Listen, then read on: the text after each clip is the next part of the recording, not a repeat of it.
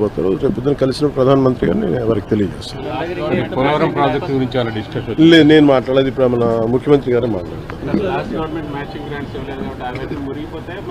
లేదు, ఉన్నాయి, వాళ్ళు అదే చెప్తా ఉన్నారు, వాళ్ళు వాడలేదు. అందుకనే కదా ఈరోజు అంటే మనకి నైతికంగా కూడా బలం ఉంది. కాకపోతే ఏంటంటే గత ప్రభుత్వం చేసిన ఈ తప్పులన్నీ మనకి వారసత్వంగా వచ్చినాయి.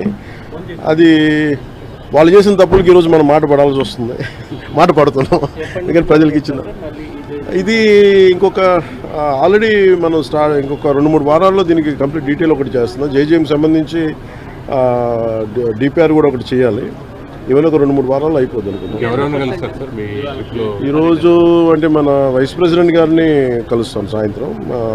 అలాగే రైల్వే మన మినిస్టర్ గారిని కలుస్తాం. ఫైనాన్స్ మినిస్టర్ గారిని మన నిర్మలా సీతారామన్ గారిని కలుస్తాం.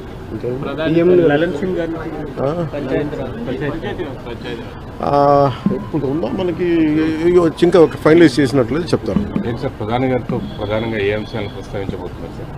ప్రధానమంత్రి గారిని కలిసి ఒకటి జల్ జీవన్ మిషన్ మీద ముఖ్యంగా ఉంటుంది. అంటే ఎందుకంటే ప్రధానమంత్రి గారి కోరిక అంటే ఆయన కళ ఇది, ప్లస్ ప్రతి ఒక్కరికి రక్షిత మంచినీరు ఇవ్వాలని, దానికి మేమందరం కమిటెడ్గా ఉన్నాం. అందుకనే ఒక మోడల్ స్టేట్గా చేయాలనేది ఆయన నా అభిప్రాయానికి తెలియజేయడానికి.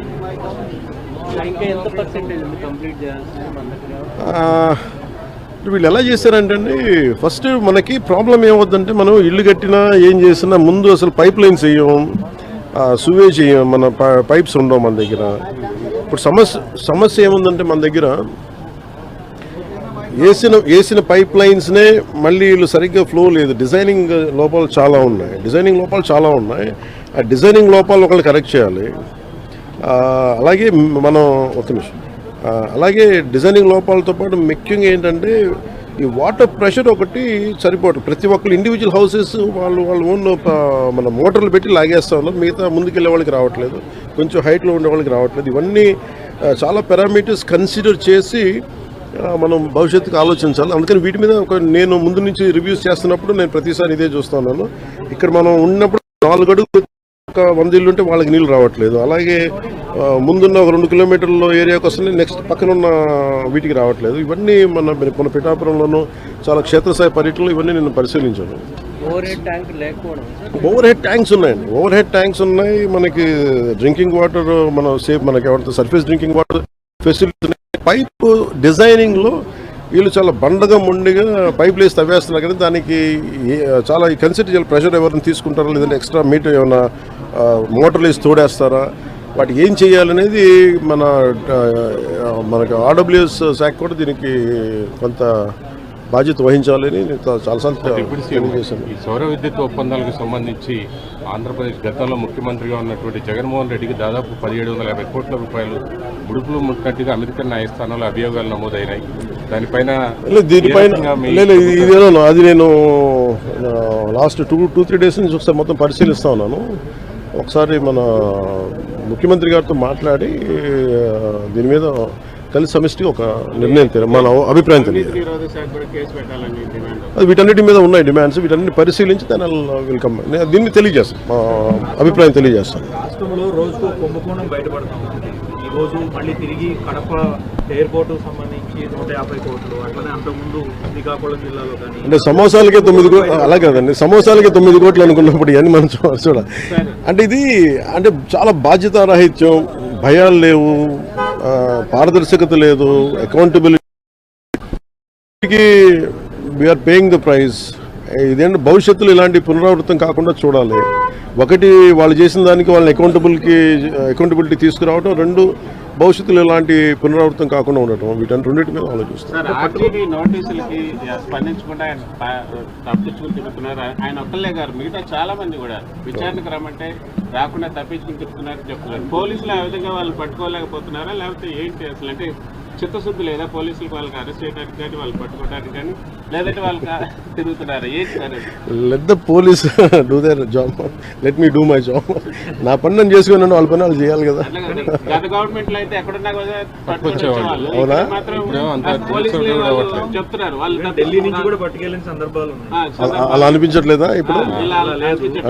ఇప్పుడు చంద్రబాబు గారి మీద నందిగామలో దాడి చేసిన వాళ్ళు సింపుల్ గా కోర్టుకు వెళ్ళి వచ్చి మేము బయటకు వచ్చేసామని చెప్పి కాలర్ ఎగరేసుకునేటువంటి పరిస్థితి కనిపిస్తాం. సో ఎట్లా అంటే నేను ఒకటి లా అండ్ ఆర్డర్ హోమ్ నేను చేయట్లేదు. సో మీరు ఇది అడగాల్సింది మీరు ముఖ్యమంత్రి గారిని అడగాలి. కూటమి ప్రభుత్వం కాబట్టి కరెక్టే. అలాగే ఇప్పుడు నేను పంచాయతీరాజ్ గురించి అడిగితే నేను చెప్పగలను. కొన్ని ఇది మా ఇంటర్నల్గా ఏం జరుగుతుందో ఒకసారి మీరు చెప్పిన అన్ని ఖచ్చితంగా నేనే దాన్ని తప్పించుకోవట్లేదు కదా, కానీ ఒక మాట చెప్పేటప్పుడు కొంచెం బాధ్యతగా చెప్పాలంటే.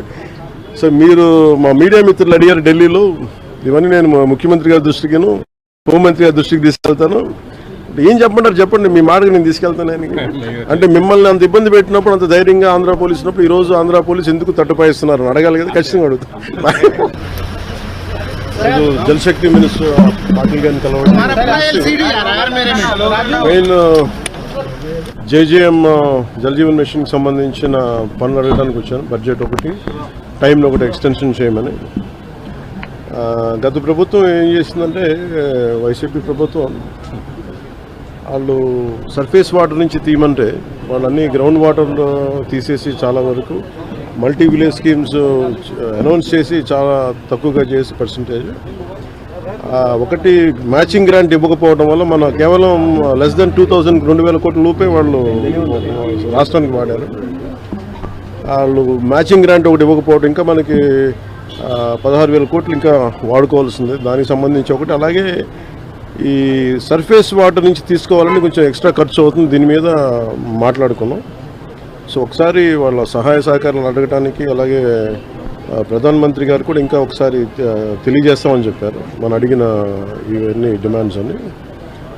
వీటికి సంబంధించి వాడిని అడిగిన మేజర్ రెండు అంటే, ఒకటి బడ్జెట్ని ఇంక్రీజ్ చేయమని చెప్పాం, రెండు టైం జేజేఎంని టైం లైన్ ఇంక్రీజ్ చేయమని చెప్పాలి. అలాగా అది మనం 27 దాకా అడిగాం. అది ఇప్పుడు రేపు అన్ని రాష్ట్రాలకి ఇది అవసరం, పూర్తి అనుకున్న నిర్ణీత వ్యవధిలో అవ్వలేదు, అందుకని వాళ్ళు అది చేస్తానని చెప్పి అది ప్రధానమంత్రి గారు నిర్ణయం తీసుకోబోతారు. రేపు పొద్దున కలిసిన ప్రధానమంత్రి గారిని వారికి తెలియజేస్తాను. లేదు, నేను మాట్లాడేది ఇప్పుడు మన ముఖ్యమంత్రి గారే మాట్లాడతారు. లేదు, ఉన్నాయి, వాళ్ళు అదే చెప్తా ఉన్నారు, వాళ్ళు వాడలేదు. అందుకనే కదా ఈరోజు అంటే మనకి నైతికంగా కూడా బలం ఉంది. కాకపోతే ఏంటంటే గత ప్రభుత్వం చేసిన ఈ తప్పులన్నీ మనకి వారసత్వంగా వచ్చినాయి.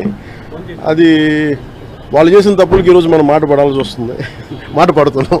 ఎందుకంటే ప్రజలకు ఇచ్చిన ఇది ఇంకొక ఆల్రెడీ మనం ఇంకొక 2-3 వారాల్లో దీనికి కంప్లీట్ డీటెయిల్ ఒకటి చేస్తున్నాం. జేజేఎంకి సంబంధించి డిపిఆర్ కూడా ఒకటి చేయాలి.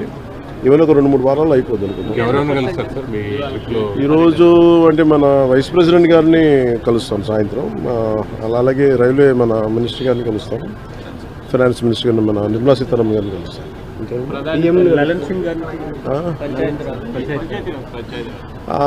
ఇప్పుడు ఉందా మనకి ఇంకా ఫైనలైజ్ చేసినట్లేదు చెప్తారు. ప్రధాని గారితో ప్రధానంగా ఏ అంశాలను ప్రస్తావించబోతున్నారు సార్? ప్రధానమంత్రి గారు కలిసి ఒకటి జల్ జీవన్ మిషన్ మీద ముఖ్యంగా ఉంటుంది. అంటే ఎందుకంటే ప్రధానమంత్రి గారి కోరిక, అంటే ఆయన కళ ఇది, ప్లస్ ప్రతి ఒక్కరికి రక్షిత మంచినీరు ఇవ్వాలని, దానికి మేమందరం కమిటెడ్గా ఉన్నాం. అందుకనే ఒక మోడల్ స్టేట్గా చేయాలనేది ఆయన నా అభిప్రాయానికి తెలియజేయడానికి.